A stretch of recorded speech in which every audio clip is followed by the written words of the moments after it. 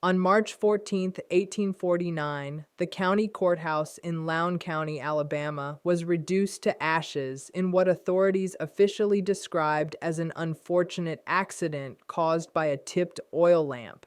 Yet within the charred remains, investigators uncovered evidence that conflicted sharply with that explanation. In the basement, they discovered 3 sets of human remains, each secured with chains fastened to iron rings embedded deep into the stone walls. County clerk records dating from 1847 to 1849 were completely destroyed, including land deeds, marriage filings, and most importantly, the probate documents connected to the Sutton estate. For more than a century afterward, families in Lowndes County whispered about what truly transpired at Bell River Plantation during those 2 years, about the twin daughters of Colonel Nathaniel Sutton, and about a slave named Marcus who somehow managed to record everything before disappearing without a trace. What follows has been reconstructed from surviving correspondence, medical files from Mobile, and sworn testimonies submitted to a Northern Abolitionist Society and sealed until 1963. Before continuing with the story of the Sutton sisters and the secrets that consumed an entire community, make sure you are subscribed to Liturgy of Fear and turn on notifications. We explore the darkest chapters of American history that textbooks avoid. Leave a comment telling us what state or city you are listening from. We love knowing where these forgotten horrors are being rediscovered. The truth of Bell River Plantation does not begin with fire, but with a funeral 2 years earlier, and with 2 women taught from childhood that survival depended on absolute control. Lowndes County in 1847 sprawled across some of the richest cotton land in Alabama, dark, fertile soil that generated immense wealth and carved the countryside into private empires of white columned mansions surrounded by endless fields.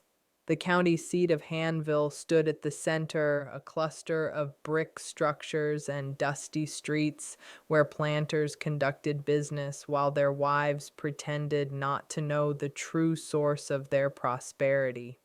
Bell River Plantation lay 8 miles south of town, reached only by a private road winding through water oak groves and crossing 2 tributaries of the Alabama River.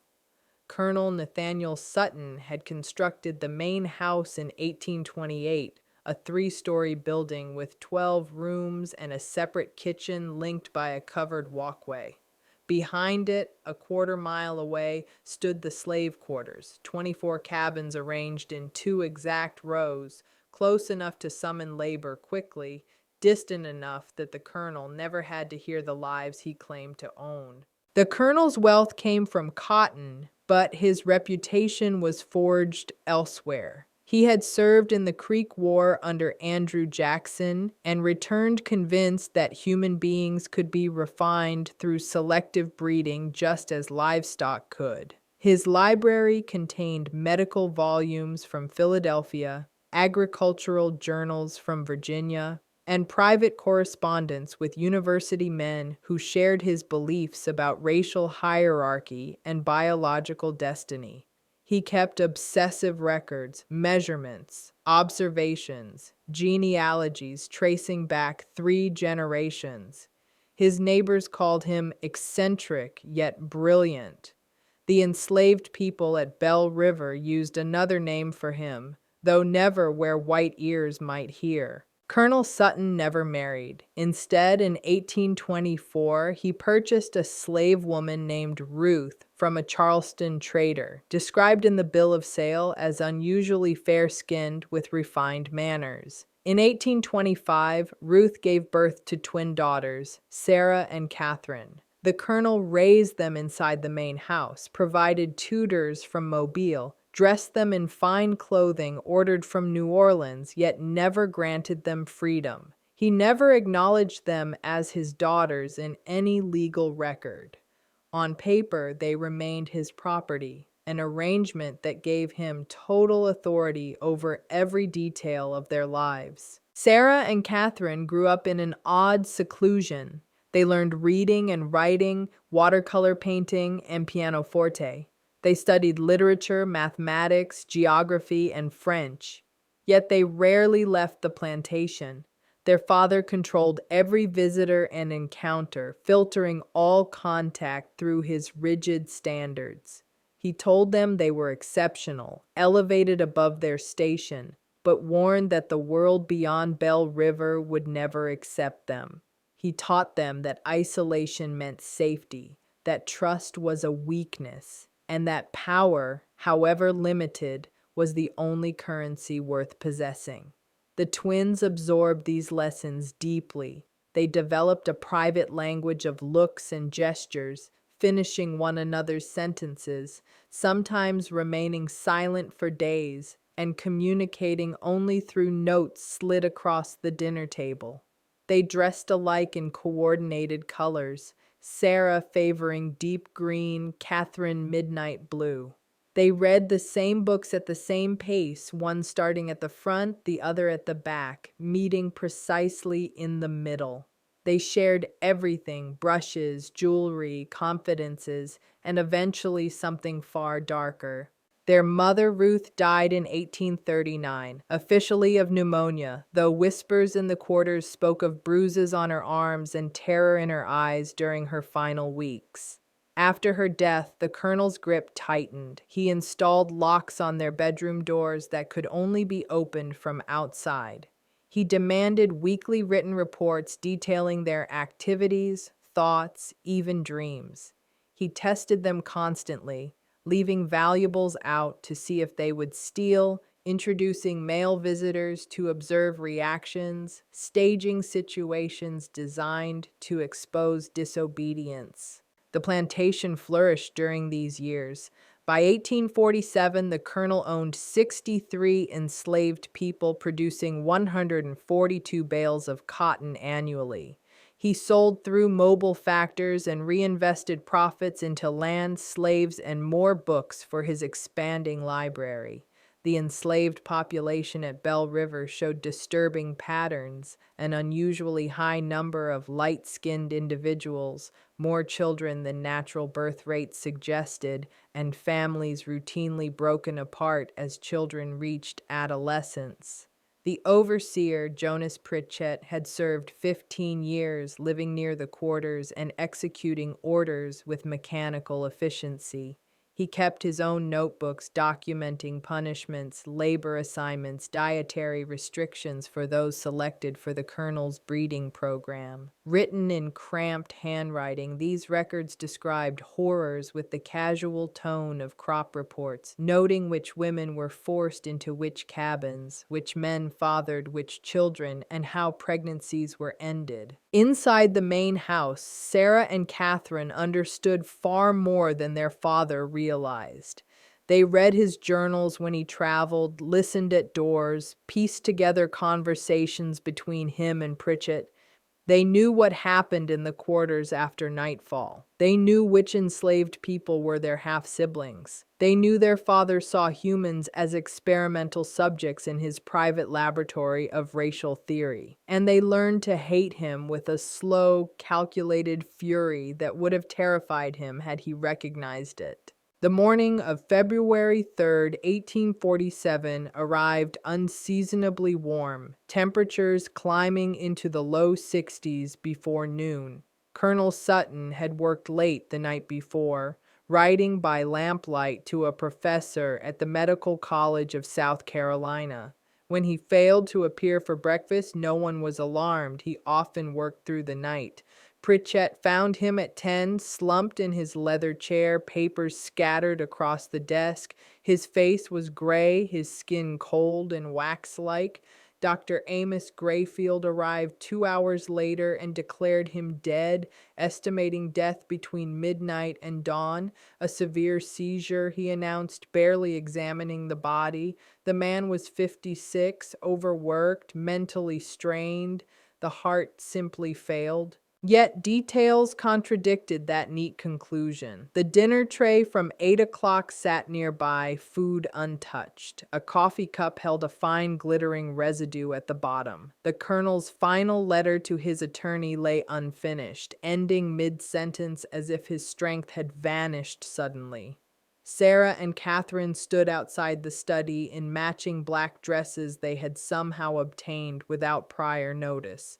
They showed no tears, no shock, holding hands and observing calmly. When a neighbor suggested a closer examination, Dr. Grayfield snapped defensively. He never got the chance to discuss funeral plans. Sarah addressed him first, cool and precise. The funeral would be in 3 days. The attorney had been summoned. Until the will was read, the twins would manage the plantation directly. The men exchanged uneasy glances. Women did not run plantations, especially not unmarried women barely 22. And beneath it all was the unsettling sense that the twins had been waiting for this moment. What the men did not know was that Sarah and Catherine had prepared for months, studying accounts, memorizing names, planning contingencies, all except one: the contents of their father's will. Will, Catherine said, but first we need to know whether you can be trusted fully and without reservation. Over the days that followed, Sarah and Catherine tested Marcus in ways that ranged from subtle to unmistakable. They granted him access to their father's library and observed his reading choices closely.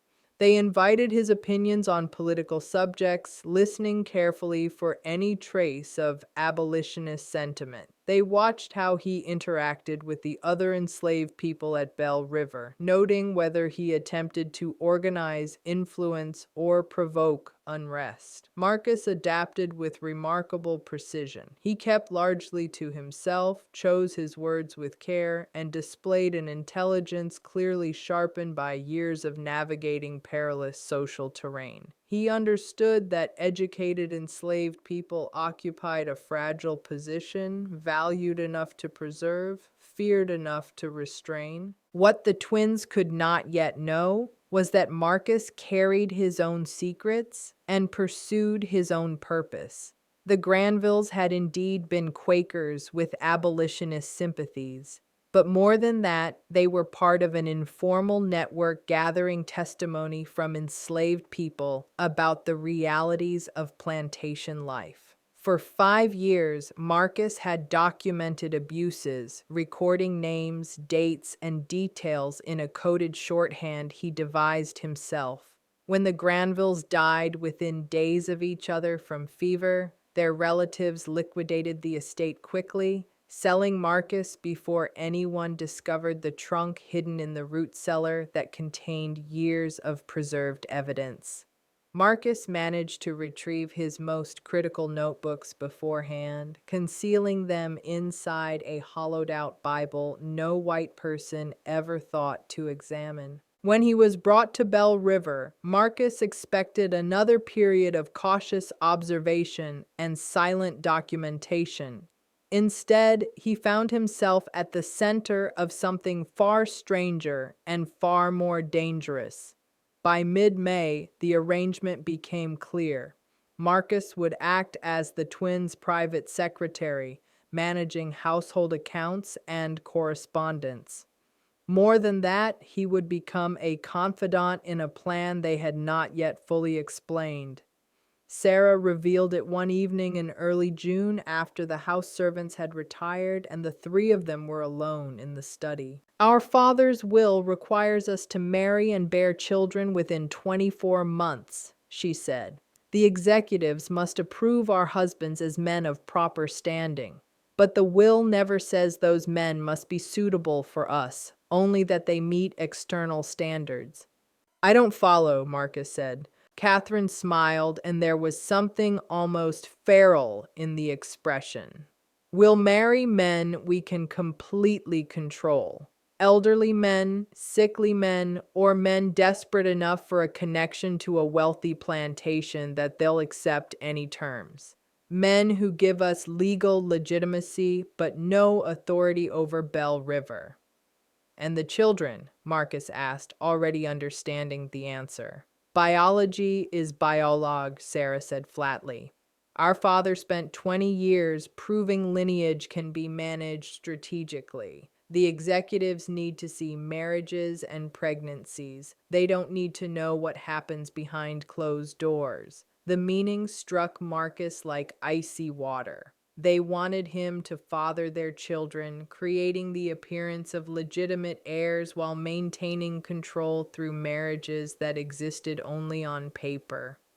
You're asking me to do something that could get all of us killed, he said slowly.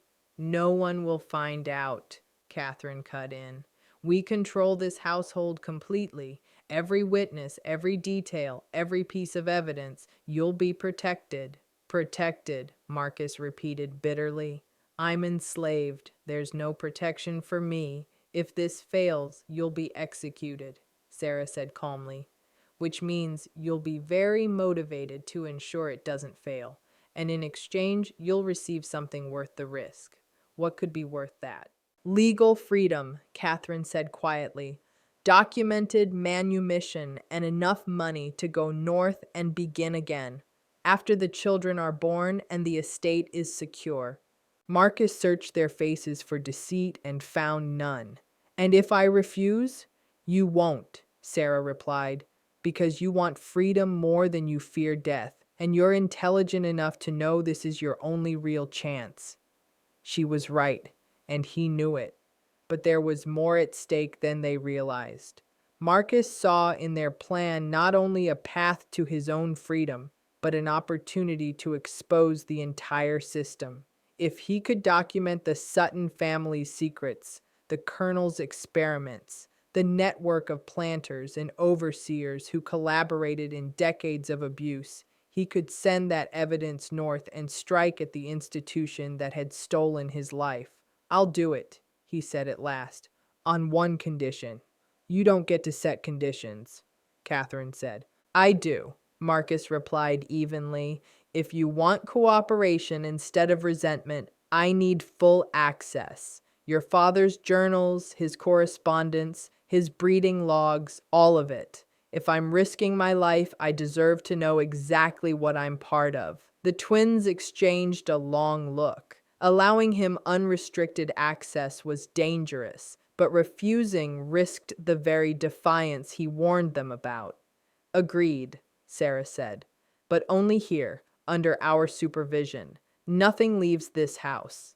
None of them said aloud that they had just entered a bargain with someone they did not fully trust, each gambling their future on a deception so bold it could only succeed if every detail aligned perfectly. And in Lowndes County, Alabama in 1847, perfection was rare. The summer brought suffocating heat to Bell River, air thick as syrup, turning every movement into labor. Inside the shuttered main house, a different pressure mounted. Sarah and Catherine began searching for husbands with the same cold calculation their father once used. They needed men who satisfied the executives while remaining weak enough to control. They compiled names from Osgood's suggestions and their own observations of county society. The first candidate was Edmund Varley, a 68-year-old widower whose cotton operation faltered after his sons moved west. A friend of the Colonel, Varley showed immediate interest, his watery eyes lingering on Catherine in a way that made her skin crawl. After his visit, she scrubbed her hands raw at the basin. He'll do, Sarah said clinically. He's desperate. I can't, Catherine whispered. I can't let him touch me. He won't. The marriage is fiction. But arranging two such marriages proved harder than expected. Greenidge rejected several candidates, clearly angling to bind the twins into alliances that benefited him. Marcus, meanwhile, immersed himself in the Colonel's papers. What he uncovered surpassed even his darkest expectations. The breeding program had operated with systematic cruelty, families shattered, children sold, lives reduced to data. Worse still, the journals revealed a network of collaborators across the South. As Marcus copied damning entries in secret, he noticed something else: illness. Syphilis spreading through the quarters, a legacy of the colonel's abuse. When Marcus confronted the twins, Catherine went pale. Sarah ordered treatment immediately, regardless of cost. It was the first fracture Marcus saw in their cold exterior, a hint that something more than self-preservation drove them. Marriage negotiations came to a head in September when Breenidge proposed his nephew Thomas. Weak, vain, deeply indebted, Thomas was perfect. Sarah agreed under strict terms, reducing him to a paid figurehead. Catherine's match followed with Lawrence Kemper, a sickly widower unlikely to survive long. "You're letting him die," Marcus said. "I'm letting nature work," Catherine replied. Sarah's wedding took place in December. Marcus watched her speak vows without emotion, a flawless performance. That night, she admitted the truth to him. "I bought his obedience with threats, just like I bought yours. I'm my father's daughter." Catherine's wedding loomed in January. Tension fractured the twins' unity. It exploded the night before the ceremony. Marcus found them bloodied and screaming. Catherine wanted to poison her husband. Sarah recoiled at the word murder. "We already crossed that line," Catherine screamed. "Or have you forgotten the coffee you served father the night he Died. The room fell completely silent. Marcus stared at the twins as understanding surged through him with nauseating clarity.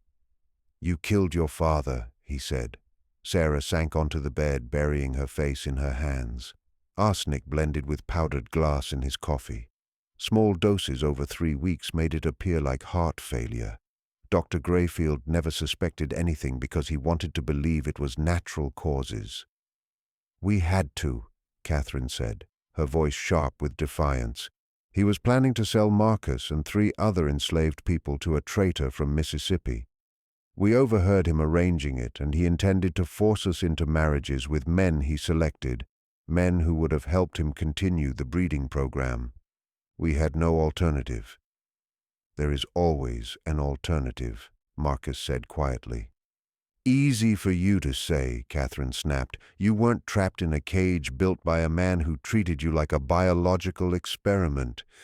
"I'm trapped in a cage too, just a different one," Marcus replied. "And I've never killed anyone to get out of it." The argument might have gone on, but footsteps sounded on the stairs. Thomas staggered drunkenly toward his wife's bedroom.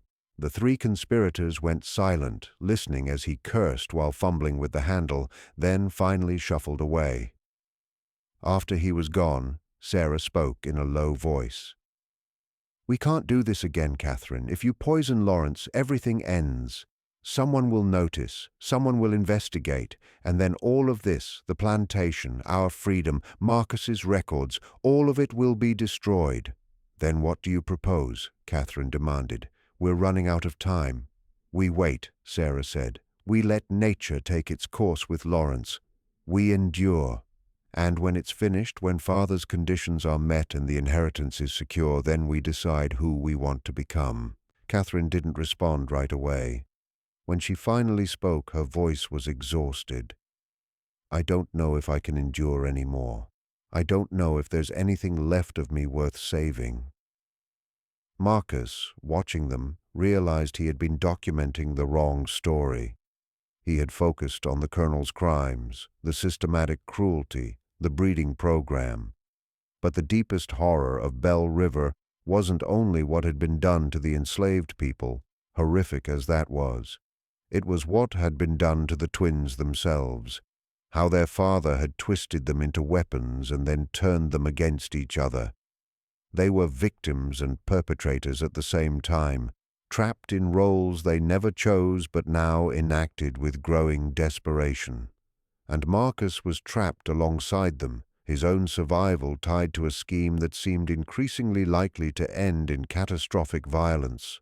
Catherine's wedding to Lawrence Kemper took place on January 20th, 1848, a modest affair with only 20 guests. Kemper looked skeletal, his cough worsening in the winter cold. He needed Catherine's support to reach the parlor where Reverend Yates waited. The ceremony lasted 12 minutes. When Yates pronounced them husband and wife, Kemper tried to kiss his bride, but a coughing fit seized him, leaving blood on his handkerchief. "Consumption's taken him badly," Dr. Grayfield murmured to Breenidge. 6 months, perhaps less. Lawrence Kemper moved into Bell River that evening, occupying a bedroom far from Catherine's.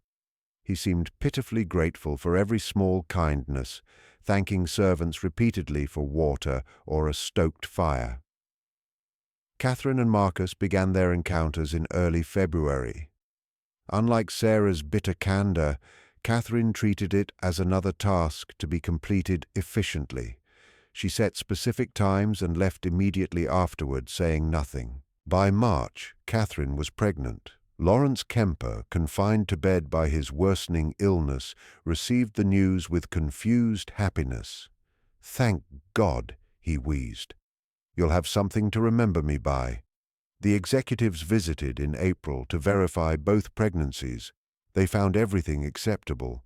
Both twins married, both with child, cotton production steady. Breenidge declared himself satisfied. Meanwhile, Marcus spent his nights recording everything.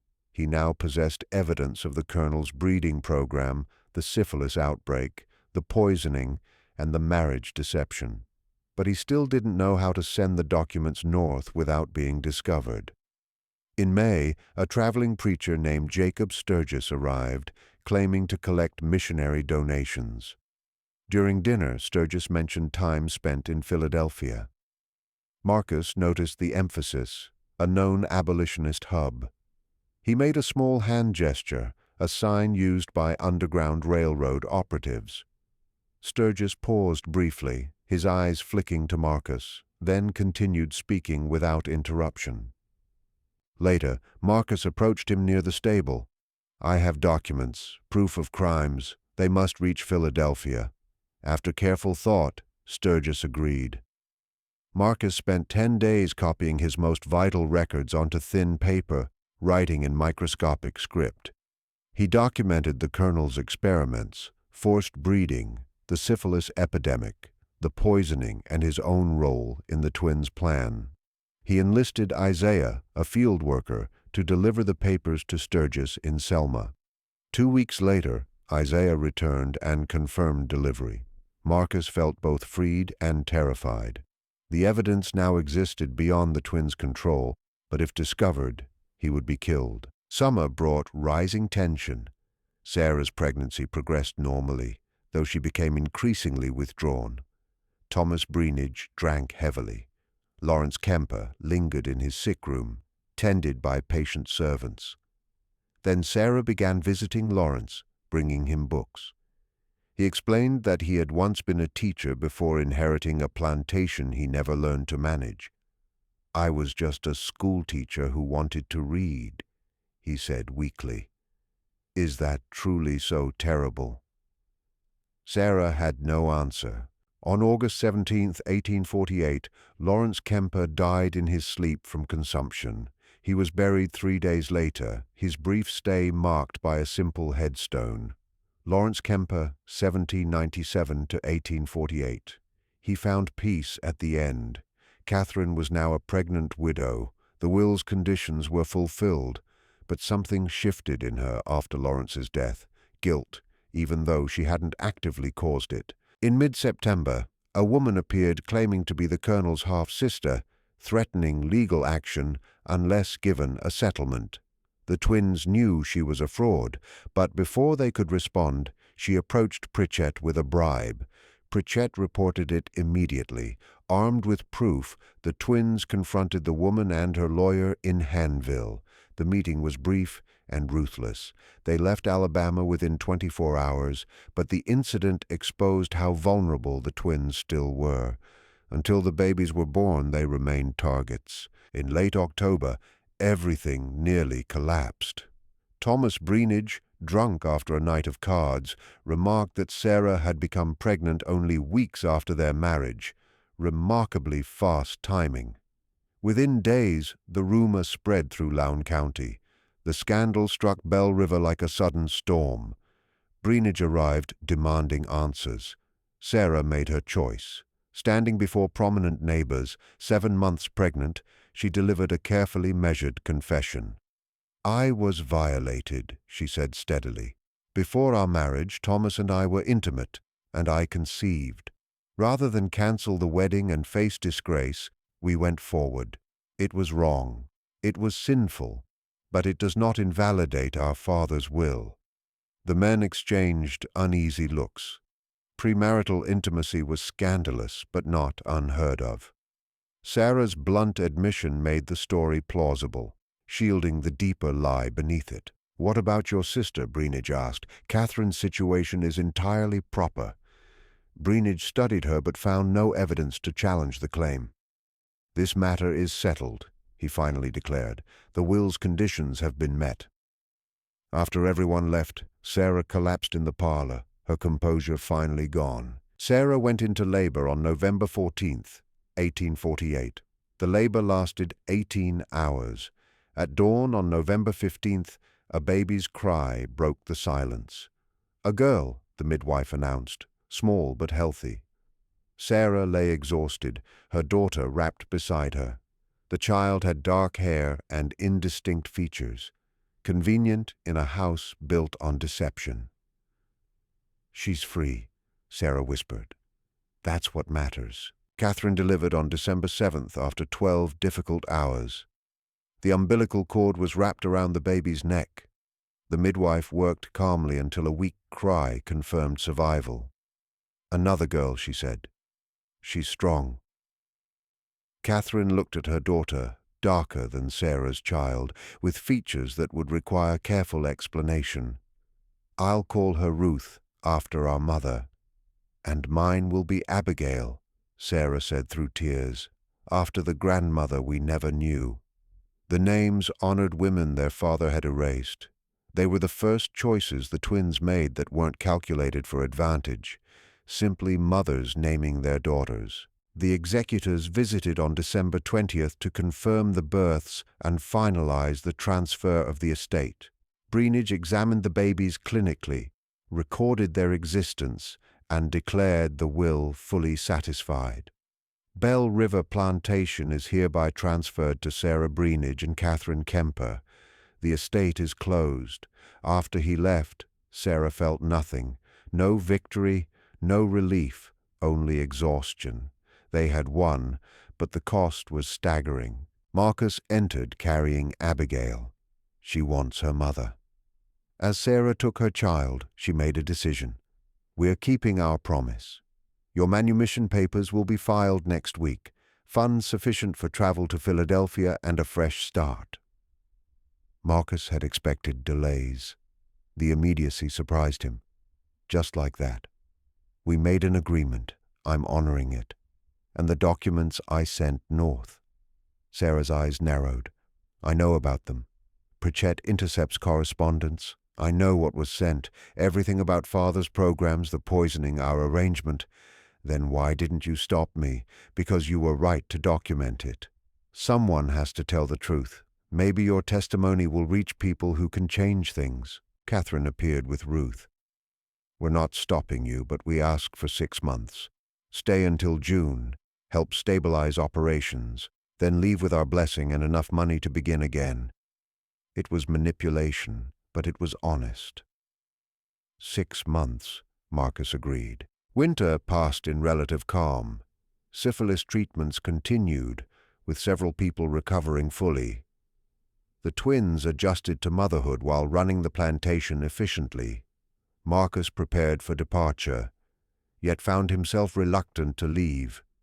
He grew attached to the children he had fathered and developed a complicated understanding of the twins, victims trying to escape victimhood, striving to be better than what shaped them. In March, a letter arrived from Pennsylvania addressed to Marcus. It was from Jacob Sturgis, The testimony had reached the Pennsylvania Anti-Slavery Society. They were compiling it into a report on Alabama plantations. "Father's legacy will be exposure and condemnation," Sarah said quietly. "Everything he believed will become evidence of the system's depravity." "He was a monster," Marcus said. "I know," Sarah replied, "but he was still my father." They moved Marcus's departure to mid-April. The night before he left, Sarah summoned him to the study. "I've been thinking about what we did. We convinced ourselves we were different from Father because we offered you freedom, but we weren't different. We just used more refined coercion." "I know. And yet you stayed, completed the treatments, honored the agreement even after you knew I'd discovered your records." Sarah handed him a satchel heavy with gold coins. "This is more than promised. There are also letters of introduction to merchants who won't question a freed man with proper papers. Why? Because Abigail and Ruth will ask about their father one day. I want to tell them he was a good man who made difficult choices, who preserved truth when others tried to bury it." Catherine entered holding both babies. "We're saying goodbye properly, as families should." Marcus held his daughters one last time, memorizing their faces. "Be good," he whispered. "Be better than all of us." Marcus left Belle River on April 18, 1849. He carried his papers and a daguerreotype Sarah had secretly commissioned, showing him holding both girls. Marcus and his daughters, April 1849. May they all find freedom. He reached Mobile and secured passage north.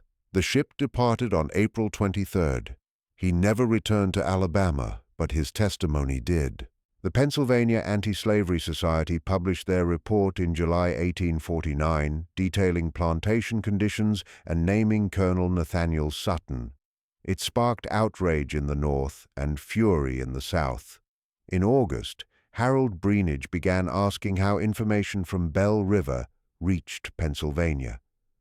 On September 3rd, he arrived with a sheriff and a warrant to search for abolitionist activity. "Marcus was manumitted," Sarah said calmly. "He left with our approval. Whatever he did afterward is his affair. He stole property," Breenidge accused, "my father's journals. Those journals passed to us. We gave Marcus access as part of his duties. What he did with that access is speculation. The search lasted 3 hours. They found nothing. Catherine had burned anything incriminating weeks earlier. Breenidge left empty-handed, though his final words carried threat. "This isn't finished. Someone will uncover the truth." After he left, Catherine said, "We need to vanish." It took 6 weeks. They sold Belle River for immediate cash, manumitted several key people with funds to start new lives, and sold the remaining population to a Quaker merchant who promised transport to free states. Thomas received property and a settlement in exchange for never contesting the sale. On October 14, 1849, Sarah and Catherine boarded a ship in Mobile bound for New Orleans, traveling as widows with infant daughters. Before leaving Alabama, they made one final stop. On October 15th, a fire ignited in the Hanville courthouse basement. The building burned for 6 hours, collapsing before dawn. 3 bodies were found, identified as vagrants seeking shelter, though no one questioned why they were chained. The investigation concluded an overturned lamp caused the blaze. Most county records from 1847 to 1849 were destroyed. Anyone attempting to trace Belle River's history would find only fragments and gaps. Sarah and Catherine reached Wisconsin in December 1849. They bought a small farm outside Madison under false names, presenting themselves as widowed sisters starting anew. Their daughters grew up knowing only that their mothers came from Alabama, escaped hardship, and that their father was a good man who made sacrifices. Marcus settled in Philadelphia as a bookkeeper. He never married, never had other children, never spoke publicly of Alabama, but he continued providing testimony and assisting escaped slaves until the Civil War. He kept the daguerreotype hidden, occasionally taking it out to look at his daughters' faces. In 1863, a Union lieutenant discovered a sealed trunk in the ruins of Bell River containing journals and breeding logs that confirmed the report and revealed even more horrors. The documents became part of the case for complete abolition. Colonel Nathaniel Sutton's legacy became exactly what his daughters predicted: exposure, condemnation, proof of systematic evil. But the full truth about Sarah and Catherine, about Marcus and the children, remained buried in ash and carefully crafted lies. The courthouse fire was never solved, the bodies were never identified, the records were never recovered. And the truth about the Alabama twin sisters who shared one enslaved man until they both conceived remained hidden for more than a century. Some historians claim the story is fabricated, that no records support it. Others point to the Anti-Slavery Society's report and argue that where documentation exists, truth follows. Perhaps it doesn't matter whether every detail can be verified. What matters is what the story reveals about the system that made such events possible, even inevitable. A system built on treating human beings as property, on violence and deception as tools of control. The Sutton twins, if they existed, were both victims and perpetrators. Marcus, if he lived, was both collaborator and resistor. The children inherited trauma and resilience, guilt and survival. And the rest of us inherit the responsibility to remember, to examine, and to ensure such conditions never exist again. What do you think of this story? Do you believe everything was revealed, or are there still secrets buried in those burned records? Share your thoughts below on what truly happened at Bell River Plantation. If you enjoyed this tale and want more dark mysteries from forgotten American history, subscribe to Liturgy of Fear, tap the notification bell, and share this video with someone who appreciates unsettling truths from the past. The next story may be even more disturbing. Until then, remember that history's darkest chapters are often the ones people tried hardest to erase.